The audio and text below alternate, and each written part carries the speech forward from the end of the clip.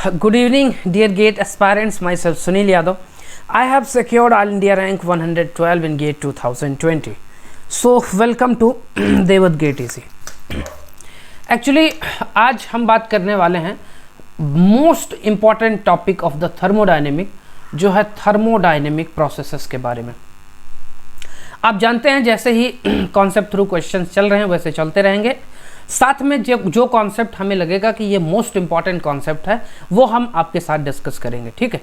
तो thermodynamic processes को समझना बहुत आवश्यक होता है, और जो बच्चा थर्मोडायनेमिक प्रोसेसेस को समझ सकता है, जो बच्चा थर्मोडायनेमिक प्रॉपर्टीज़ को समझ जाएगा, वो थर्मोडायनेमिक को समझ जाएगा, ठीक है। वीडियो थोड़ा सा लंबा जा सकता है लेकिन नॉलेज आपको भरपूर मिलेगी, उसके लिए मेरी गारंटी है, ठीक है। तो लगे रहो अच्छे से, और आई होप सो कि आपकी तैयारी अच्छी चल रही होगी। तो कंटिन्यूसली काम करते हैं, देखते हैं गेट 2022 में क्या रिजल्ट आते हैं। जो मैंने अपनी शपथ ली है कि मैं इस बार गेट 2022 का रिजल्ट जो 18% गेट क्वालिफाइड हो रहे थे उनसे ज़्यादा लेके दिखाऊंगा, ला के दिखाऊंगा। और उसके साथ अगर मेरे ही पैशन के साथ आप भी पैशन के साथ लगे हुए हैं तो फिर रिजल्ट आना स्वाभाविक है, इसको कोई रोक नहीं सकता, ठीक है। चलिए, थर्मोडायनेमिक प्रोसेसेस कितने टाइप की होती है ये समझ लेते हैं कि सर थर्मोडायनेमिक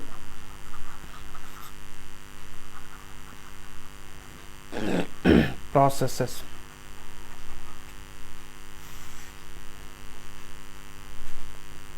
थर्मोडायनेमिक प्रोसेसेस जो होती है वो 3 टाइप की प्रोसेसेस होती है, 3 टाइप की। पहला सर रिवर्सिबल प्रोसेस। दूसरा सर क्वासी स्टैटिक।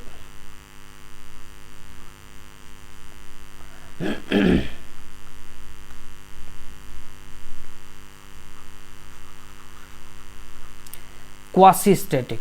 और तीसरा सर इररिवर्सिबल प्रोसेस। क्या मतलब है इन सब का मतलब समझ लेते हैं। जब देखिए, अगर मैं बताऊं आपको, अगर मैं ये कहूं कि ये आपका घर है, मान लीजिए ये आपका ग्राउंड लेवल है, ग्राउंड लेवल ये है, ठीक है। और ग्राउंड लेवल से आपको पहली छत तक आप पहुंच गए, ये आपकी पहली छत है, ये यहाँ पे आप खड़े हुए, ये आप खड़े हुए। यहाँ से उतरने के लिए एक सीढ़ी बनाई गई है। आराम से देखना, बहुत ही बेसिक लेवल पे मैं चीज़ों को समझाता हूँ। ये बात वो बच्चे अच्छी तरह से जानते होंगे जो हमारे साथ पहले से जुड़े हुए हैं। ये आपकी सीढ़ी है। अच्छा, अब मुझे बताओ, आप यहाँ खड़े हुए हैं, ये आपकी फर्स्ट फ्लोर है, ये आपका ग्राउंड लेवल है। अब आपको फर्स्ट फ्लोर से ग्राउंड लेवल तक आना है। कैसे आएंगे, कितने रास्ते हैं ग्राउंड लेवल तक आने का? पहला। अच्छा, एक चीज़ और है, आजकल एक और ट्रेंड चल चुका है, सीढ़ियों के साथ में एक ऐसे विकलांगों के लिए ये क्या कर देते हैं, ऐसे आप वहाँ पे उनका व्हील जो है, व्हील चेयर, वो उस पर चल सकती है, व्हील चेयर ना। तो ऐसा नहीं कि उससे आप उतर नहीं सकते, उससे भी आप उतर सकते हैं। तो 3 रास्ते हो जाते हैं। आजकल ये ट्रेंड चला हुआ है ना, व्हील चेयर के लिए उन्होंने बना रखा है। वहाँ सीढ़ियाँ नहीं होती, ऐसे फ्लैट टाइप का ऐसे उतरने के लिए होता है। वैसे भी वहाँ पे आप बाइक वगैरह चढ़ा सकते हैं आराम से, इजीली, ठीक है, ठीक है। तो आपके पास कितने रास्ते हैं यहाँ से उतरने के लिए? पहला रास्ता ये है, पहला रास्ता जो साफ दिख रहा है वो है सीढ़ी का। सीढ़ी से सर बहुत आसानी से पहले रास्ते के साथ उतरा जा सकता है। दूसरा सर ये है स्लीपिंग करते हुए। मान लीजिए आपके पास बाइक नहीं है, अब आप स्लीपिंग करेंगे तो आपकी हालत तो ख़राब हो जाएगी, लेकिन इमेजिन करिए कि आप स्लीपिंग, मान लीजिए कि वो जो आपका ये स्लीपिंग वाला वे था वो बहुत स्मूथ वे है, स्मूथ वे है, वहाँ पे फ्रिक्शन नहीं है। तो आप कैसे करेंगे? स्लाइड करते हुए नीचे उतर सकते हैं इजी तरीके से। अब तीसरा कोई रास्ता है क्या? इस छत से इस छत से फर्स्ट फ्लोर से ग्राउंड लेवल तक पहुंचने का तीसरा रास्ता। सर तीसरा रास्ता है मैं डायरेक्ट जंप भी लगा सकता हूं, पॉसिबिलिटीज़ तो ये भी है ना, हाथ पैर टूट जाएगा वो अलग बात है। मैंने सिर्फ पूछा उतर सकते हैं कि नहीं उतर सकते, तो उतर तो सकते हैं सर। मतलब फ्लोर से उतरने के 3 रास्ते हैं। तो इसका क्या मतलब है, मैंने ऐसा क्यों समझाने की कोशिश की, चलिए देखते हैं। जिस रास्ते से आप बिल्कुल स्मूथ रास्ता था, ये आपके सामने ये जो स्मूथ रास्ता था, इस स्मूथ रास्ते से जब आप उतरे तो जरा बताइए कि अगर आप यहां हैं, अगर आप यहां हैं और उसके बाद आप यहां पहुंच गए, यहां पहुंच गए, अभी कहां थे, यहां थे, अब आप यहां पहुंच गए हैं, तो क्या इन दोनों में ज़्यादा फर्क है? जैसे आप स्लाइड कर रहे हैं जिस समय आप, और ये क्या है, स्लाइड करते हुए जो आप जाते हैं वहां पे फ्रिक्शन नहीं है, नो फ्रिक्शन है, मतलब कि यहां पे क्या है, नो फ्रिक्शन लॉस है, दैट मीन्स कि नो लॉस। ठीक है, इसी प्रोसेस को बोलते हैं reversible process. Process number 2 is the reversible process. Reversible process शब्द से ही पता चल रहा है कि सर मैं अभी इतना स्लो प्रोसेस होता है, ये रिवर्सिबल प्रोसेस इतना स्लो प्रोसेस होता है, वेरी स्लो आप बोल सकते हैं, वेरी स्लो, मतलब इतना स्लो प्रोसेस होता है कि अगर आपको मैं कहूं कि मैं 5 मिनट से इस फ्लोर से यहां तक पहुंचा, तो रिवर्सिबल में आप 5 मिनट से यहां तक ही पहुंचेंगे। बात समझ रहे हैं? तो 5 मिनट में आप इतना कम दूरी तय किए कि अगर उसे वापस जाना हुआ, बात समझिए मेरी, कि अगर आप जैसे एक बहुत धीरे 5 मिनट में आप इतनी डिस्टेंस कवर किए, इतनी डिस्टेंस, और मैं कह रहा हूं कि क्या इसको रिवर्स किया जा सकता है? बिल्कुल किया जा सकता है, आराम से इसको रिवर्स कर सकते हो, इजी तरीके से रिवर्स किया जा सकता है। मतलब वो ऐसा लगता है कि वहीं आप बैठे ही हुए हो, that is called reversible process, जो कि एक्चुअल में एक आइडियल प्रोसेस है। ये एक तरह से आइडियल प्रोसेस है। आप जानते हो आइडियल प्रोसेस का मतलब होता है कि ये प्रोसेस एक्चुअल में एग्जिस्ट नहीं करती, लेकिन हाँ, ये रिवर्सिबल प्रोसेस हमारा बनाने का मकसद था कि हम अदर प्रोसेसेस को इससे रिलेट कर पाएं और हम कुछ ना कुछ एक वैल्यूज़ निकाल सकें, अपनी कैलकुलेशन को फाइंड आउट कर सकें। ठीक है, ये क्या है? पहली बात तो ये वेरी स्लो प्रोसेस है, आइडियल प्रोसेस। दूसरी प्रोसेस क्या है सर? यहाँ से उतरने का, यहाँ फिर यहाँ फिर यहाँ, ये सीढ़ियों से मैं उतर रहा हूँ। सीढ़ियों से उतरने में जैसे ही एक पैर से दूसरी सीढ़ी पे आप पैर रखते हैं, बीच में एक लॉस होता है, एनर्जी लॉस होता है, और इसीलिए वो क्या होता है ये भी वेरी स्लो प्रोसेस, लेकिन अब ये क्या है, एक तरह से ये आइडियल प्रोसेस नहीं है। ये क्या है? ये इसी को हम बोलते हैं quasi static process. Quasi static process मतलब प्रोसेस नंबर 1, ये भी very slow process, very slow process. ठीक है, लेकिन आप इसको प्रैक्टिकल प्रोसेस बोल सकते हैं। वेरी प्रैक्टिकल नहीं है, बहुत ज़्यादा प्रैक्टिकल नहीं बोल सकते, लेकिन हाँ, ये सीढ़ियों से उतरा जा सकता है। इसी को बोलते हैं क्वासी स्टैटिक। क्वासी का मतलब होता है वेरी स्लो, बहुत धीरे धीरे प्रोसेस होती है।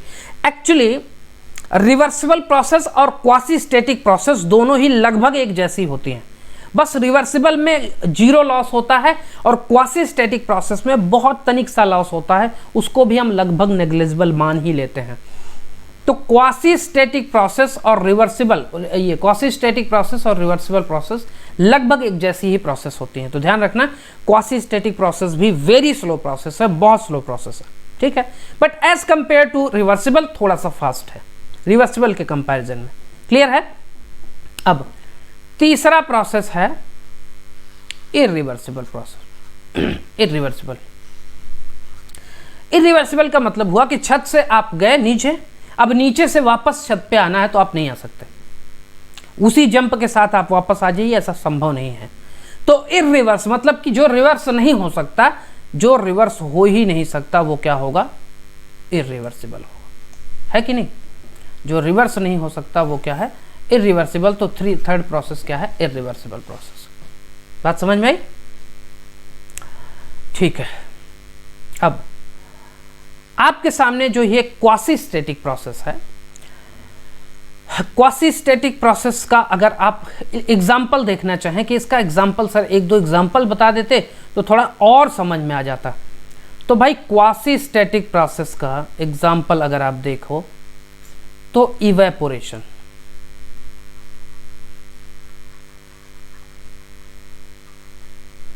इवेपोरेशन, इवेपोरेशन प्रोसेस क्या है, चलिए इसको समझने से पहले ये समझ लेते हैं। इरिवर्सिबल प्रोसेस क्या है सर, इसका एग्जाम्पल है बॉइलिंग। बॉइलिंग, बॉइलिंग आप बॉयल कर रहे हो किसी चीज को, तो वो मान लीजिए लिक्विड से गैस में कन्वर्ट हो रहा है, बहुत जल्दी कन्वर्ट हो जाता है कि नहीं।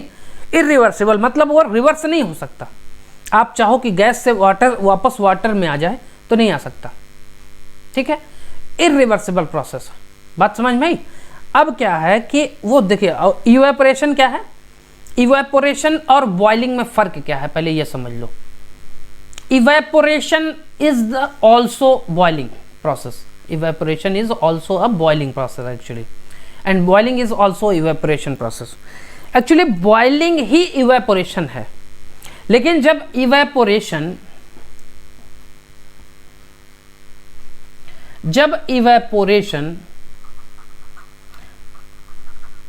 100 डिग्री सेल्सियस तक पहुंच जाए एंड 1 एटमॉस्फेरिक, 100 डिग्री सेल्सियस और 1 एटमॉस्फेरिक तक अगर इवेपोरेशन हो रहा है तो इसी को हम बोलने लगते हैं बॉइलिंग प्रोसेस। जैसे इवेपोरेशन क्या मतलब है, इवेपोरेशन देखिए आपका ये मान लीजिए फ्लोर है, आपका फ्लोर पे आपने पानी डाल दिया है और वो पानी आप देखेंगे तो धीरे धीरे सूख जाता है अपने आप, चाहे वो सूखा हो चाहे गीला हो, चाहे वो आपका ये मतलब कि मिट्टी का हो चाहे फिर आपका फर्श का हो, हर जगह पानी इवेपोरेट हो जाता है। तालाब है, तालाब में पानी भरा होता है, कुछ समय बाद 6 महीने 2 महीने 3 महीने बाद तालाब आपका सूख जाता है, 6 महीने लग जाते हैं उसको सूखने के लिए। दैट मीन्स कि उसमें इवेपोरेशन होती है। इवेपोरेशन का मतलब बहुत slow process, very slow process, इसी को हम बोलते हैं क्वासी स्टैटिक प्रोसेस, जो बहुत स्लो प्रोसेस हो, ठीक है। दूसरा चीज क्या है, बॉइलिंग। बॉइलिंग वही इवेपोरेशन प्रोसेस। अगर टेम्परेचर 100 डिग्री सेल्सियस हो जाए और एटमॉस्फेरिक 1 एटमॉस्फेरिक हो जाए तो फिर आपको क्या कहलाएगा, वो बॉइलिंग प्रोसेस कहलाएगा। और बॉइलिंग प्रोसेस इरिवर्सिबल प्रोसेस है, वहां से रिवर्स नहीं आ सकता। बात समझ में आई, ठीक है। दूसरी चीज ये कि अब देखिए ध्यान से, इवेपोरेशन और बॉइलिंग में मैं जो मेजर डिफरेंस है उसके लिए मैं एक अलग वीडियो बना दूंगा, उसके लिए आप चिंता मत कीजिए। और रिवर्सिबल प्रोसेसेस में कुछ ऐसी प्रोसेसेस हैं जो एक्चुअल में तो आइडियल प्रोसेस है, लेकिन फिर ये एग्जिस्ट ही नहीं करती, है कि नहीं। जब ये एग्जिस्ट ही नहीं करती तो फिर इसके कुछ और अदर प्रोसेसेस का कोई मतलब लाइव वैसे एग्जाम्पल नहीं है। लेकिन हाँ ये है कि इसकी प्रोसेसेस जो हैं जैसे इसकी है, एक सेकेंड, ठीक है। रिवर्सिबल प्रोसेसेस में जैसे आइसोकोरिक प्रोसेस, आइसोकोरिक है, आइसोबेरिक है, ये सब क्या है अभी मैं बाद में बताऊंगा। आइसोबेरिक है, आइसोथर्मल है, आइसोथर्मल है, रिवर्सिबल एडियाबेटिक है,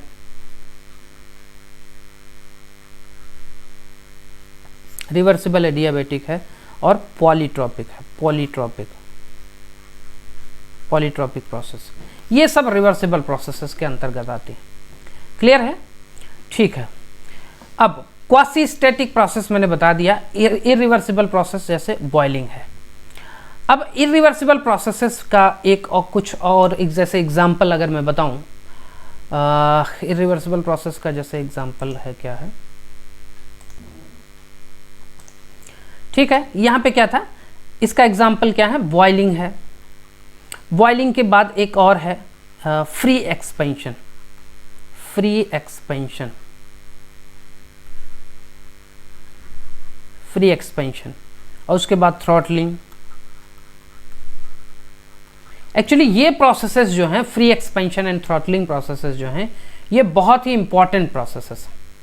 और ये आपको इसको मैं डिस्कस करता हूँ, इसके बारे में अच्छे से डिटेल बताता हूँ, क्योंकि इस पे क्वेश्चंस पूछे जाते हैं इंटरव्यू सेशंस में भी, और गेट के भी क्वेश्चन इससे बनते हैं, ठीक है। तो आपके समझ में अभी अभी थोड़ा सा एक चीज़ समझ में आई होगी कि सर 3 टाइप के आपने प्रोसेसेस बताई, थर्मोडायनेमिक प्रोसेसेस। अब तीनों के कुछ कैटेगरीज हैं वो अभी हम बताएंगे, लेकिन पहला है रिवर्सिबल प्रोसेस जो वेरी स्लो प्रोसेस है, और ये आइडियल प्रोसेस है। इसके अंदर कुछ टाइप्स हैं जो मैंने उस टाइप को गिनाया अभी। वो टाइप्स क्या क्या हैं सर? ये isochoric, isobaric, isothermal, reversible, adiabatic, polytropic process. ठीक है। दूसरा सर आपने बताया quasi static process. Quasi static process जो है वेरी स्लो प्रोसेस है, लेकिन ये भी एक रियल प्रोसेस है। रियल प्रोसेस क्यों? क्योंकि सर इवेपोरेशन जो आपने एग्जांपल दिया ये एक रियल एग्जांपल है। ठीक है। तीसरा क्या है? इरिवर्सिबल प्रोसेस, जो रिवर्स हो ही नहीं सकता। जैसे बॉइलिंग है सर, बॉइलिंग है, फ्री एक्सपेंशन है, थ्रॉटलिंग है। सर फ्री एक्सपेंशन क्या है और थ्रॉटलिंग क्या है, इसके बारे में थोड़ा सा बताइएगा। बिल्कुल बताएंगे, वेट कीजिए। एक्चुअली लाइट है नहीं और पंखा बंद करके रखा है, तो गर्मी का पड़ना स्वाभाविक सी है ना। एक मैं जब पढ़ता था 12वीं में, तो हमारे एक प्रधानाचार्य जी थे श्री कमला प्रसाद शुक्ल जी, उनसे मैंने एक चीज़ सीखी थी। उन्होंने कहा था कि जब कभी बारिश हो जाए या कभी गर्मी बढ़ने लगे, लाइट ना रहे, तो लोग बच्चे शिकायत करते कि सर बारिश हो गई, लेट हो गया, या फिर गर्मी है, पंखा नहीं चल रहा है, इन्वर्टर लगवा दीजिए, एसी लगवा दीजिए कमरे में। तो वो यही कहते थे कि प्रकृति अपना काम कर रही है, आप अपना काम करो। वो चीज़ मुझे आज तक याद है। तो मुझे भी यही लगता है यार कि प्रकृति अपना काम कर रही है, वो अपना उसको ठंडी गर्मी बरसात बुलाने का उसका काम है। हमारा काम जो है वो हम ईमानदारी से करेंगे। आपको पता है मैं अपने काम को पूरी ईमानदारी से आपके साथ करता हूँ। ये आपके ऊपर है कि आप कितना पैशनेट हैं उस काम को करने के लिए। ठीक है, ये आपके ऊपर है। चलिए अब देखते हैं कि सबसे पहले आपका थ्रॉटलिंग और फ्री एक्सपेंशन प्रोसेस होता क्या।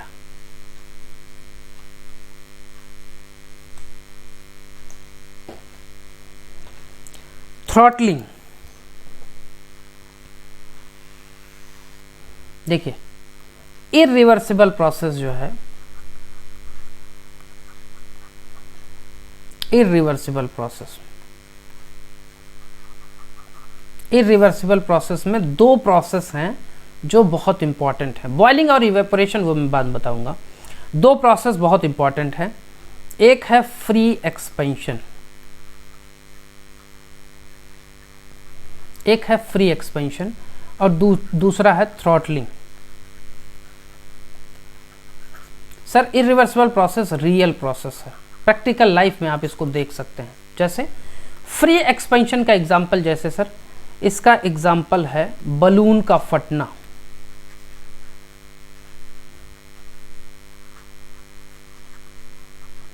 बलून रप्चर या फिर टायर रप्चर। टायर जब अचानक से फटता है, बलून जब अचानक से फटता है, that is the example of irreversible process. That means कि फ्री एक्सपेंशन। एंड थ्रॉटलिंग क्या है सर? थ्रॉटलिंग जरा देखिए, थ्रॉटलिंग क्या है? थ्रॉटलिंग प्रोसेस है, जैसे आपका मान लीजिए ये पाइप है और पाइप में पानी बह रहा है। ध्यान समझिएगा, पाइप में पानी बह रहा है और आपने क्या कर दिया, इस पानी को, इस पाइप को ऐसे दबा दिया अपने हाथों से, और ये पाइप ऐसे मतलब कि यहाँ से यहाँ तक दब गई और यहाँ से यहाँ तक पाइप दब गई। ध्यान समझ रहे हैं? पाइप दब गई, तो अब पानी कहाँ से कहाँ तक जा रहा है, कुछ ऐसा निकल रहा है, ऐसा निकल रहा है। तो आपने ये जो पाइप को दबाया, पानी बह रहा है पाइप में, पाइप को आपने दबा दिया। पाइप को आपने दबाया तो ये आपने क्या कर दिया, थ्रॉटल कर दिया, थ्रॉटल कर दिया। अब थ्रॉटल कर दिया तो फिर यार पानी तो उतना जाएगा नहीं, जाएगा उतना ही पानी जाएगा। बस क्या है कि आपने क्या कर दिया, स्पेस उसको कम दिया, स्पेस लिमिटेशन कर दी, स्पेस लिमिटेशन, आपने स्पेस लिमिटेशन की। और एक दूसरी चीज थी जो आपकी फ्री एक्सपेंशन थी, फ्री एक्सपेंशन में आपने क्या कर दिया, टाइम लिमिटेशन कर दिया। लिमिटेशन मतलब क्या है सर? मतलब ये है कि आपने यहां पे जगह ही नहीं दी उसको पानी को जाने के लिए, बहुत कम जगह से वो पानी जा रहा है, थ्रॉटल कर दिया आपने, स्पेस की लिमिट कर दी। और यहां पे टाइम लिमिटेशन कर दिया आपने। फ्री एक्सपेंशन में आप टाइम लिमिटेशन कर देते हैं। बलून जब फटता है तो फ्रैक्शन ऑफ सेकंड में फटता है, मतलब 1 सेकंड का अगर आप 100 भाग निकालो 1 सेकंड का, 1 सेकंड कैसा होता है, 1 2 ऐसे, 1 सेकंड का 100 भाग कर दो, उतने फ्रैक्शन ऑफ सेकंड में ये फ्री एक्सपेंशन होता है। टायर जो फटता है सेकंड नहीं लगता, सेकंड से कम टाइम में फटता हो टायर। तो ये क्या है, यहाँ पे आपको टाइम ही नहीं मिलता कि वो आपको फटने के लिए टाइम मिल जाए, टाइम लिमिटेशन होती है। तो यहाँ से एक और शब्द सीखने को मिलता है, वो है सर एक और प्रोसेस, क्योंकि थर्मोडायनेमिक प्रोसेस का चैप्टर चल रहा है तो इसमें सारे प्रोसेसेस के बारे में हम डिस्कस कर लेंगे। एक और प्रोसेस है, वो है adiabatic process. Adiabatic process, adiabatic process, ये नाम बहुत सुना हुआ है। सर एडियाबेटिक प्रोसेस होता क्या है, आज आप क्लियर कर दीजिए। बिल्कुल करेंगे। एडियाबेटिक प्रोसेस का मतलब हुआ कि जब भी जहां पे स्पेस लिमिटेशन हो, सबसे पहले तो एडियाबेटिक प्रोसेस जैसे ही आए आप समझ लीजिए कि वहां पे हीट ट्रांसफर क्या होगा, 0 होगा। ये बहुत ही मोस्ट इंपॉर्टेंट चीज है, ये 5 स्टार नोट से कम नहीं है। जैसे ही आपके सामने एडियाबेटिक प्रोसेस है, ध्यान समझना, सिर्फ एडियाबेटिक की मैं बात कर रहा हूं, अभी मैं बात करूंगा रिवर्सिबल एडियाबेटिक की, तो फिर उसमें और इसमें डिफरेंस है, ध्यान रखना। तो एडियाबेटिक प्रोसेस जैसे ही आता है आपके समझ में आता है DQ0। DQ0 कैसे होता है सर, स्पेस लिमिटेशन हो जाती है।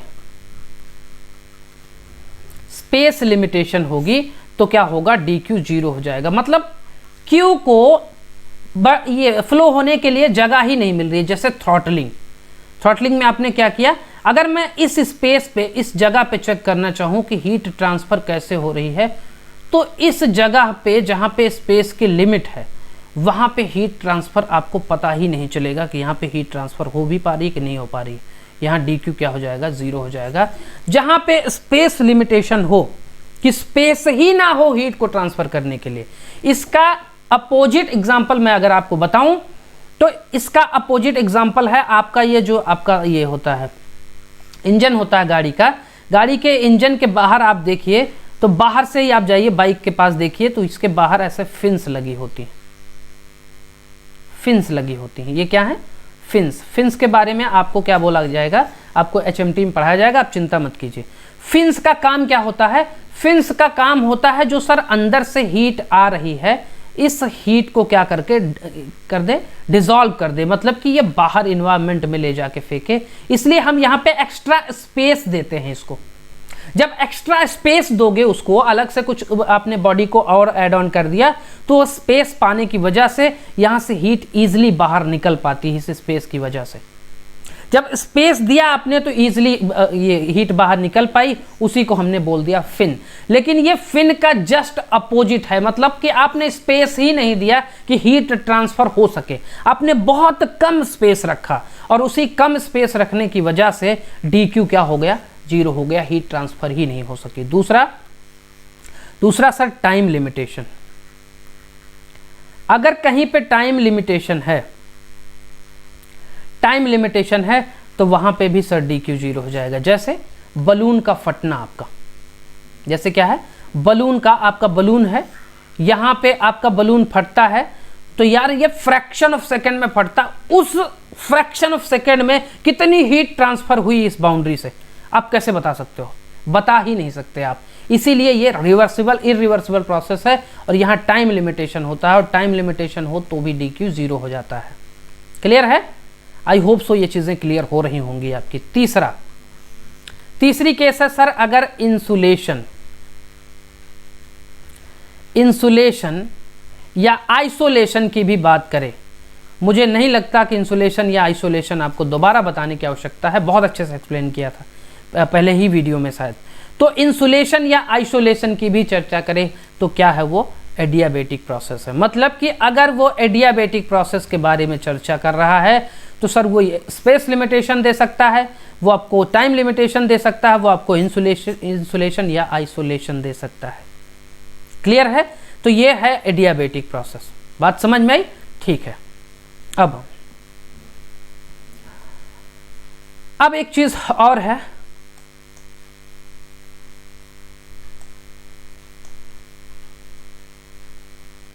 ठीक है। एक चीज़ और है, अब ये है कि अब समझ लेते हैं कि थ्रॉटलिंग और फ्री एक्सपेंशन में क्या डिफरेंस है। एक तरफ हो गया आपका ये इरिवर्सिबल प्रोसेस, एक तरफ हो गया थ्रॉटलिंग, ये फ्री एक्सपेंशन,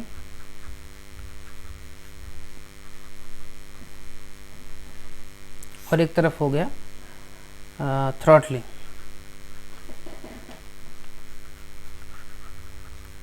थ्रॉटलिंग प्रोसेस। अब फ्री एक्सपेंशन में क्या है? फ्री एक्सपेंशन में सर ये देखिए, अगर मैं एक ये बनाता हूँ बॉक्स, और इस बॉक्स के अंदर मैंने क्या कर दिया, यहाँ पे कुछ भी भर दिया, एयर या कुछ भी भर दिया, और यहाँ पे मैंने ये इसको क्या कर दिया, इवैक्यूएटेड कर दिया। इवैक्यूएटेड कर दिया मतलब खाली रहे, ये वाला स्पेस खाली है और ये वाला भरा हुआ है, मान लीजिए एयर है या कुछ भी है। मैंने कहा कि मैंने ये बीच में एक हल्की सी परत लगा रखी थी इस बॉक्स में, और इस परत को जब मैं तोड़ता हूँ, इस परत को जब मैं तोड़ता हूँ, तो चूंकि देखना ध्यान से, ये जो बॉडी थी ये इंसुलेटेड बॉडी थी, ठीक है, ये इंसुलेटेड बॉडी थी, और इसके अंदर एक्सपेंशन हो रहा है, मतलब उसी बॉडी के अंदर ही एक साइड मैंने भर दिया था, एक साइड को मैंने इवैक्यूएटेड रख दिया था। अब जब मैंने इस दीवार को तोड़ा, तो इस दीवार को तोड़ने के बाद ये एक्सपैंड करने लगा, एयर अपने आप को एक्सपैंड करेगी वहां पे। बहुत गर्मी हो रही है यार।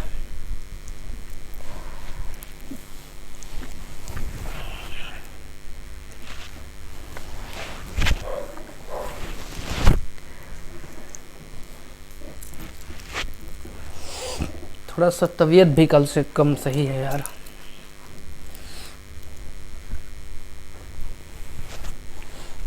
ठीक, कोई बात नहीं, प्रकृति अपना काम कर रही है, आप अपना काम करो। तो यहां से एक्सपेंशन हुआ। पहली बात तो ये बताओ कि ये क्लोज सिस्टम है, बिल्कुल है। क्लोज सिस्टम में क्या होता है सर, अगर मैं फर्स्ट लॉ ऑफ थर्मोडायनेमिक लगाता हूं तो सर होता है ये D Q is equal to del U plus D W, बिल्कुल सही है। डेल क्यू, चाहे आप ये समझ लीजिए कि ये इंसुलेटेड है, चाहे आप ये समझ लीजिए कि इसमें स्पेस लिमिटेशन है क्योंकि फ्री एक्सपेंशन है। अगर मैं कहूं कि इसमें सॉरी टाइम लिमिटेशन है, टाइम लिमिटेशन, तो भी डी क्यू क्या हो जाएगा, जीरो हो जाएगा। और वर्क तो यहां पे हो नहीं रहा है, तो इसका मतलब सर इंटरनल एनर्जी यहां पे क्या हो जाएगी, जीरो हो जाएगी। साथ ही साथ हम थ्रॉटलिंग को भी समझते चलते हैं। थ्रॉटलिंग में आपने क्या किया सर, यहां पे आपने थ्रॉटल कर दिया, ये फ्लो हो रहा था, अब ये फ्लो कुछ ऐसा हो रहा है, आपने थ्रॉटल कर दिया। थ्रॉटल कर दिया तो आपने क्या कर दिया सर, पहली बात तो ये एक फ्लो प्रोसेस है, फ्लो प्रोसेस। और सर फ्लो प्रोसेस है तो उसके लिए जो आपका फर्स्ट लॉ ऑफ थर्मोडायनेमिक लगता है सर Q प्लस H1, मान लीजिए इधर से एंथैल्पी H1 जा रही थी, इधर से एंथैल्पी H2 निकल रही थी यहाँ से, तो क्या हुआ H1। और अगर मैं कहता हूँ कि मान लीजिए kinetic energy and potential energy negligible है अभी थोड़ी देर के लिए, बाद में कंसीडर होगा तो कंसीडर कर लेना, बट अभी के लिए मैं मान लेता हूँ नेग्लेजिबल है, नेग्लेजिबल है, तो क्या होगा Q plus H1 is equal to H2 plus W, और ये क्या हो जाएगा Q is equal to H2 minus H1 plus W, ठीक है। अब Q is equal to sir del H plus W।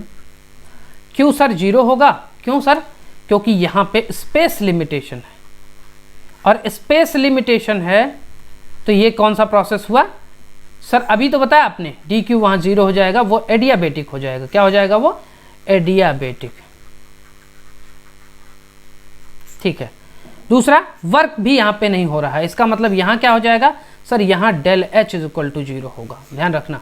इसको कैपिटल एच या स्मॉल एच ले लेना, वो दिक्कत नहीं है, उसकी कोई इशू नहीं है। यहाँ पे भी चाहे तुम्हारी इच्छा हो, इसको भी कैपिटल यू ले लेना, इसको कैपिटल एच ले लेना, वो तुम्हारी इच्छा है। आपको मैंने ये चीज़ एक्सप्लेन की थी कि अगर मास से डिवाइड हो जाए तो वो क्या हो जाता है, स्पेसिफिक हो जाता है, बस और कोई बात नहीं है।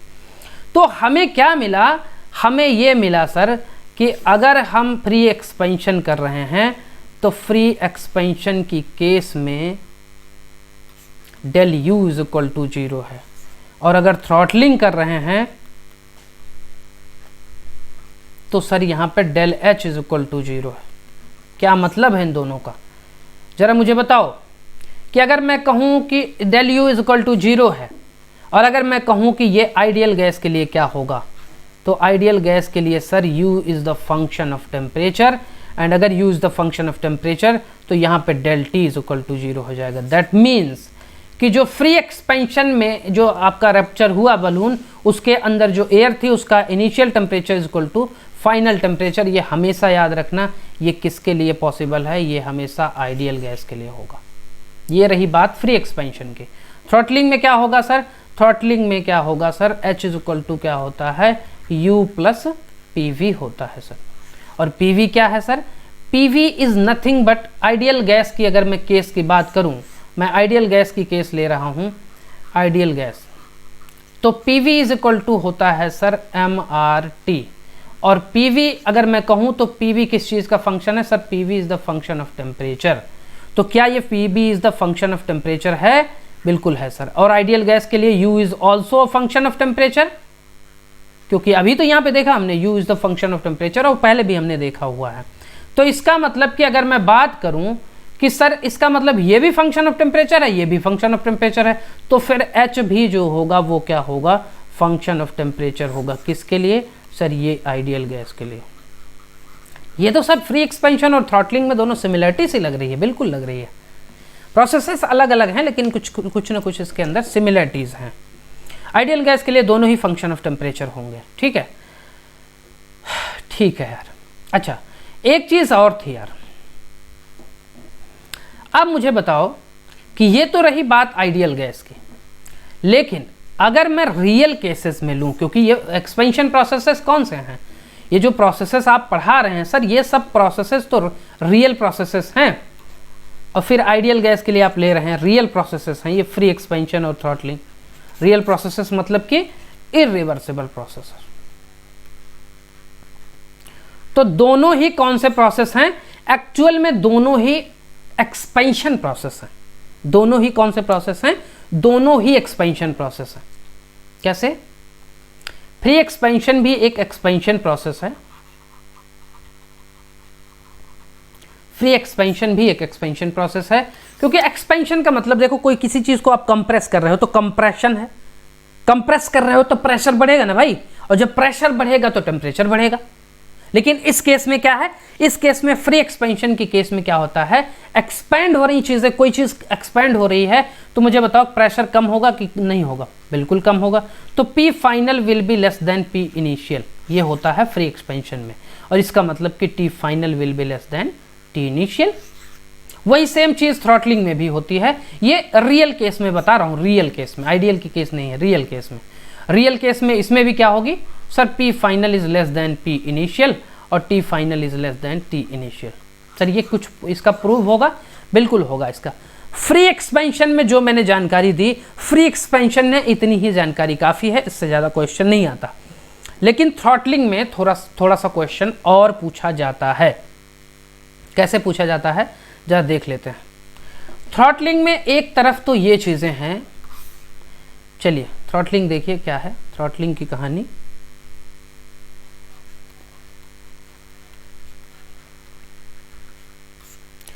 थ्रॉटलिंग में क्या है कि केल्विन और जूल,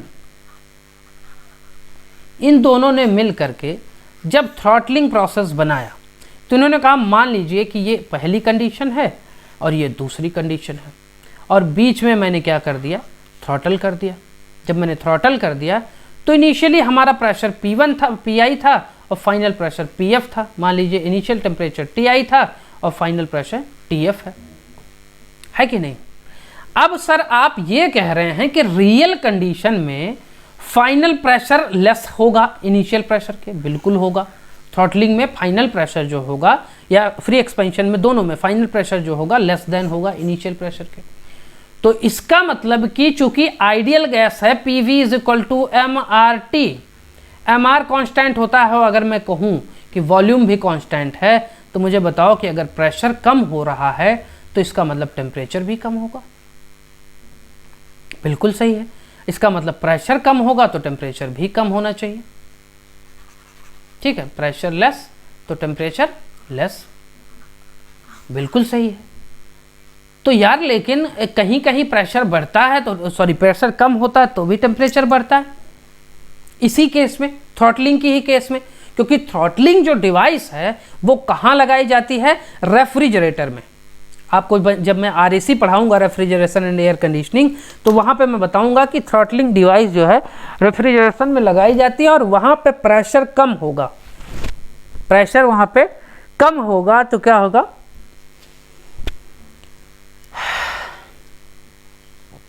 एक्चुअली वहाँ पे प्रेशर इसलिए कम किया जाता है क्योंकि उसका टेम्परेचर कम हो जाए, और टेम्परेचर कम हो जाए तभी आपका रेफ्रिजरेशन काम करेगा उतना प्रॉपर तरीके से, नहीं तो टेम्परेचर काम उसका रेफ्रिजरेशन काम ही नहीं करेगा। ठीक है, तो अब देखिए ध्यान से, तो एक तरफ तो यार आइडियल गैस के लिए आप ये कह रहे हैं कि सर टेम्परेचर T1 = T2 होगा, और एक तरफ कह रहे हैं कि नहीं T फाइनल कुछ कम होगा T इनिशियल के। तो इन दोनों ने मिल करके, केल्विन जूल और केल्विन प्लैंक और जूल वगैरह ने मिल करके इन सब ने एक एक्सपेरिमेंट किया, और इस एक्सपेरिमेंट में एक चीज़ इन्होंने ऑब्जर्व की, वो ये ऑब्जर्व की कि यार सारा मामला फंस कहाँ रहा है? सारा मामला फंस रहा है प्रेशर और टेम्परेचर के बीच में, मतलब कि प्रेशर और टेम्परेचर के बीच में। तो हम क्यों नहीं कि हम प्रेशर और टेम्परेचर के बीच में डायग्राम बना लेते हैं। बिल्कुल, इन्होंने बना लिया। अब इन्होंने एक चीज़ ऑब्जर्व की, ध्यान से समझना, एक चीज़ मैं पहले से बना दे रहा हूँ, लेकिन इसको अभी आप थोड़ी देर के लिए समझ लेना कि आपने नहीं बनाया। ठीक है, थोड़ी देर के लिए, उसके बाद मैं आपको बता रहा हूँ कि करना क्या है। उसके बाद करना ये है कि इन्होंने कहा यार कि एक जो एंथैल्पी की हम लाइन बना रहे हैं, जैसे जैसे इंक्रीजिंग एंथैल्पी की लाइन है वैसे वैसे वो एंथैल्पीज कुछ ऐसी बन रही हैं। मतलब कि H1 is less than H2 is less than H3 is less than H4। H4 सबसे बड़ा है। दैट मीन्स कि जैसे जैसे टेम्परेचर इंक्रीज कर रहा है वैसे वैसे एंथैल्पीज जो हैं वो इंक्रीज कर रही हैं। और यहाँ पे H1 कांस्टेंट है, मतलब पूरी लाइन पे, इस पूरी लाइन पे H1 कांस्टेंट है, इस पूरी लाइन पे H2 कांस्टेंट है, इस पूरी लाइन पे H3 कांस्टेंट है, और इस पूरी लाइन पे H4 कांस्टेंट है। ध्यान समझना, ये क्या है? ये हो क्या रहा है सर? ये हो रहा है, इन्होंने TP डायग्राम से एक एक्सपेरिमेंट किया और यहाँ से इन्होंने कुछ चीज़ें निकाली। जैसे क्या निकाला इन्होंने ऑब्जर्व किया कि जैसे जैसे मैं प्रेशर को कम कर रहा हूँ, जैसे जैसे मैं प्रेशर को कम कर रहा हूँ, वैसे वैसे क्या हो रहा है कि एक समय है जब ये एक किसी कांस्टेंट एंथैल्पी पे जैसे जैसे मैं प्रेशर को कम कर रहा हूँ वैसे वैसे क्या हो रहा है? टेम्परेचर बढ़ रहा है। देखिए टेम्परेचर, पहले यहाँ टेम्परेचर था, अब ये टेम्परेचर है, अब ये टेम्परेचर है, अब यहाँ तक टेम्परेचर बढ़ा, यहाँ तक क्या हुआ? यहाँ तक टेम्परेचर बढ़ा। देखिए यहाँ तक टेम्परेचर बढ़ा, लेकिन इसके बाद जैसे जैसे फिर मैंने प्रेशर कम किया, अब टेम्परेचर वापस से घटने लगा। और यही केस हर एंथैल्पी के साथ होने लगी। हर एंथैल्पी में क्या हुआ? जैसे जैसे एक पॉइंट है जब हमने प्रेशर बढ़ाया तो हमारा टेम्परेचर बढ़ा, ये बढ़ा टेम्परेचर। इसको थोड़ा सा प्रॉपर नहीं बन पा रहा होता तो ऐसे कर लेना इसको, ऐसे, ठीक है, ऐसे कर लेना तो थोड़ा समझ में आएगा। ऐसे देखिए, प्रेशर कम हुआ, टेम्परेचर बढ़ा, प्रेशर कम हुआ, टेम्परेचर बढ़ा, यहाँ तक टेम्परेचर बढ़ा। इसके बाद फिर से क्या हुआ? यहाँ से बाद फिर से टेम्परेचर जो हो गया वो कम होने लगा। ठीक है, टेम्परेचर कम होने लगा। तो मतलब जहां तक टेम्परेचर बढ़ा वो रीजन हमने क्या बोल दिया? सर ये रीजन है हीटिंग रीजन। और जहां से टेम्परेचर घटने लगा वो हमने ये वाला रीजन जो बोल दिया, ये बोल दिया कूलिंग रीजन। और जहां पे हमारा ये एंथैल्पी कांस्टेंट हुई, हर एक पॉइंट पे, जिस पॉइंट पे एंथैल्पी हमारी क्या हो गई, सॉरी ये टेम्परेचर जो हो गया हमारा कांस्टेंट हो गया, ना बढ़ा ना घटा। जहां पे हमारा टेम्परेचर कांस्टेंट हो गया, उस पॉइंट को जब मैंने, ये देखिए ये पॉइंट, इन पॉइंट्स को जब मैंने मिलाने की कोशिश की तो हमने इस पॉइंट को मिलाने के बाद एक कर्व पाया और इस कर्व को हमने नाम दे दिया इन्वर्जन कर्व। हमने क्या नाम दे दिया? इस कर्व को हमने नाम दे दिया इन्वर्जन कर्व। बात समझ में आई? Inversion curve. अब एक चीज़ मैंने मैथमेटिक्स में आपको सिखाई थी, वो क्या सिखाई थी सर? वो ये सिखाई थी कि ये अगर एक्स एक्सिस है, ये वाई एक्सिस है, तो सर अगर मैं पूछूं कि ये वाला एंगल पॉजिटिव है कि नेगेटिव है, तो आप बताएंगे पॉजिटिव एंगल है, क्योंकि आप क्या करते हैं, आप सर इस पे एक पेन ले जाके रखते हैं किसी भी पॉइंट पे। इस पॉइंट पे चेक करना है, यहाँ पे हर जगह एंगल सेम है, लेकिन मैं बात करूं कि ये ग्राफ है, तो आपको क्या करना है, आपको ले जाके एक पेंसिल रखना है, इस पॉइंट पे एंगल चेक करना है, इस पॉइंट पे सर एक इस पॉइंट से सटी हुई एक पेंसिल में रखूंगा ऐसे, और इसको मैं एक्स एक्सिस के साथ देखूंगा। अगर ये 90 डिग्री से ग्रेटर आ गया, ये 90 डिग्री से ग्रेटर आ गया, तो सर ये नेगेटिव एंगल है। लेकिन अगर ये 90 डिग्री से कम आ गया, जैसे ये है एक्स एक्सिस के साथ, तो ये पॉजिटिव एंगल है। ये बात समझ में आई? लेकिन अगर मैं कहूँ इसी ग्राफ में ये वाला एंगल क्या है, तो ये वाला एंगल क्या हो जाएगा? जीरो एंगल हो जाएगा। बस वही चीज़। अच्छा, दूसरी चीज़ एक और समझ लो, यहाँ पे एंगल निकलता कैसे है? एंगल निकलता है sir tan theta is equal to Y by X होता है, और जब tan थीटा को लगभग हम थीटा के बराबर कर लेते हैं तो हम कहते हैं कि theta is equal to Y by X, यही हमारा एंगल है। अब वही सेम हम आ जाते हैं टीपी डायग्राम में। टीपी डायग्राम क्या कहता है? टीपी डायग्राम ये कहता है कि सर टीपी डायग्राम में अगर हमें एंगल निकालना हुआ तो हम क्या करेंगे सर? हम करेंगे del T upon del P. क्या करेंगे? टीपी डायग्राम में भाई एंगल कैसे निकालोगे? जैसे वहाँ पे एक्स वाई एक्सिस में एंगल कैसे निकालते हो? वाई बाई एक्स या D Y by D X, ये तो बोलते हो D Y by D X is the angle. वैसे ही आप यहाँ क्या कर रहे हो, यहाँ पे sir del T upon del P करेंगे, लेकिन कहाँ पे एंगल कहाँ पे निकालना है सर? कांस्टेंट एंथैल्पी पे एंगल निकलेगा, कांस्टेंट एंथैल्पी पे। ठीक है, कांस्टेंट एंथैल्पी पे, तो इसका मतलब ये कांस्टेंट एंथैल्पी पे एंगल निकलेगा। और इसी को इन्होंने नाम दे दिया म्यू जे। इसको इन्होंने बोला कि ये जूल्स थॉमसन कोफिशिएंट है। जूल्स थॉमसन और या फिर जूल्स कैल्विन, कैल्विन भी थे साथ में, तो जूल्स कैल्विन कोफिशिएंट इन्होंने नाम दे दिया। अब इन्होंने जूल्स थॉमसन कोफिशिएंट के 3 इन्वर्जन निकाले। पहला निकाला कि सर म्यू जे जो है अगर लेस देन जीरो है, दैट मीन्स कि ये एंगल क्या है? लेस देन जीरो का मतलब कि नेगेटिव एंगल है। तो नेगेटिव एंगल कहाँ पे होगा सर? यहाँ पे मैं चेक कर रहा हूँ, ये देखिए 90 डिग्री से ज़्यादा एंगल आ रहा है, नेगेटिव एंगल है। अगर mu J is less than zero है, दैट मीन्स कि ये कौन सा रीजन है सर? ये हीटिंग रीजन है। अगर mu J less than zero है तो ये हीटिंग रीजन है। दूसरा, अगर sir mu J is equal to zero है तो ये कौन सा रीजन है? ये ही इन्वर्जन कर्व है। इन्वर्जन कर्व पे म्यू जे जीरो हो जाएगा। म्यू जे का मतलब को एंगल यार, इस पॉइंट पे इन्वर्जन कर्व बना, इस पॉइंट पे बना, इस पॉइंट पे एंगल चेक करो, ये जीरो एंगल है, तो जीरो एंगल है। अब म्यू जे सर ग्रेटर देन जीरो पे क्या होगा सर? म्यू जे अगर ग्रेटर देन जीरो है, दैट मीन्स कि एंगल पॉजिटिव है, और अगर एंगल पॉजिटिव है तो सर ये कूलिंग रीजन में होगा। कूलिंग रीजन में होगा। कैसे सर?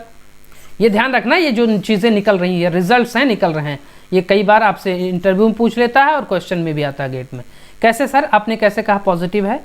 ये देखिए, अगर मैं किसी एक कर्व को जो थोड़ा क्लियर दिख रहा हो, देखिए मैं यहाँ ना दिखा करके मैं यहीं दिखा देता हूँ अच्छे से। ये देखिए आपका ये आपका टीपी डायग्राम, ये इन्वर्जन कर, ये पॉइंट यहाँ पे क्या है? यहाँ पे एंथैल्पी कांस्टेंट है, एंथैल्पी कांस्टेंट है। तो यहाँ पे अब देखना, यहाँ पे क्या है? यहाँ पे इस पॉइंट पे मुझे निकालना है, क्योंकि ये कूलिंग रीजन है, इस पॉइंट में निकालना है। तो एंगल देखना, ये पॉजिटिव एंगल, यही तो बताने की कोशिश कर रहा है कि म्यू जे क्या बताने की कोशिश कर रहा है? पॉजिटिव एंगल है। बात समझ में आई? तो ये पॉजिटिव एंगल है। अच्छा, ये सब चीज़ें किसके लिए थी? ये चीज़ें थी रियल सिचुएशंस के लिए। ये जो चीज़ें हमारे सामने रिजल्ट्स निकल के आए, ये रियल सिचुएशन के लिए है। ये किसके लिए है सर? ये रियल सिचुएशन के लिए, रियल गैसेस के लिए। लेकिन अगर मैं इसी जगह पे आइडियल गैस रख दूं तो आइडियल गैस के लिए याद रखना 2021 में ये 2021 में ये क्वेश्चन शायद आया हुआ था, 2021 का लेटेस्ट क्वेश्चन है। अगर मैं कहूं कि आइडियल गैस जो है, आइडियल गैस के लिए म्यूजे क्या होगा, तो आइडियल गैस के लिए म्यूजे ऑलवेज 0 होगा। याद रखना ये ऑलवेज 0 होगा, चाहे वो हीटिंग रीजन हो, चाहे कूलिंग रीजन हो, चाहे वो इन्वर्जन कर्व हो, हर जगह म्यूजे आपका क्या होगा, 0 होगा। बात समझ में आई? तो आई होप सो कि आपको ये चीज़ें समझ में आई होंगी कि कितने टाइप के प्रोसेसेस होते हैं। उन प्रोसेसेस के बारे में जो मुझसे जानकारी हो सकी वो मैंने आपको बताने की कोशिश की इस कड़ी ये गर्मी में। और दूसरी चीज़ ये है कि अब हम नेक्स्ट टॉपिक में डिस्कस करेंगे कि इन प्रोसेसेस जैसे मैंने एक चीज़ ये देखना, ये मैंने डिस्कस किया isochoric process, isobaric process, isothermal, reversible adiabatic, polytropic process, ये सारी प्रोसेसेस जो हैं, इन सारी प्रोसेसेस के बारे में हम डिटेल में बाद में दूसरे वीडियो में बात करेंगे। वहाँ पे हम बात करने वाले हैं हीट एंड वर्क। इसी के साथ में जैसे ये आइसोकोरिक प्रोसेस का मतलब हुआ वॉल्यूम कांस्टेंट, आइसोबेरिक का मतलब हुआ प्रेशर कांस्टेंट, आइसोथर्मल का मतलब हुआ pressure volume PV is equal to constant, that means कि टेम्परेचर कांस्टेंट। और रिवर्सिबल एडियाबेटिक का मतलब हुआ PV की power gamma is equal to constant, और पॉलीट्रॉपिक का मतलब हुआ PV की power N is equal to constant. ये सारी प्रोसेसेस के बारे में मैं अगले वीडियो में डिस्कस करूंगा, ताकि वहां पे मैं ये भी बता सकूं कि इनसे रिलेटेड हीट एंड वर्क क्या आएंगे। क्लियर है? तो आई होप सो कि आपको थर्मोडायनेमिक जितनी प्रोसेसेस हैं, जो मेजर प्रोसेसेस हैं, उसके बारे में आपको जानकारी मिल गई होगी। ये बहुत ही आपको इम्पैक्टफुल वीडियो रहेगा आपके लिए। ठीक है, अपना ख्याल रखना, घर में रहना, और किसी चीज़ की ज़रूरत पड़े तो डिस्क्रिप्शन में मैं अपने सारे कॉन्टैक्ट की डिटेल दे देता हूँ, वहाँ पे जाके आप मुझे कॉन्टैक्ट कर सकते हैं। ठीक है यार, थैंक यू सो मच।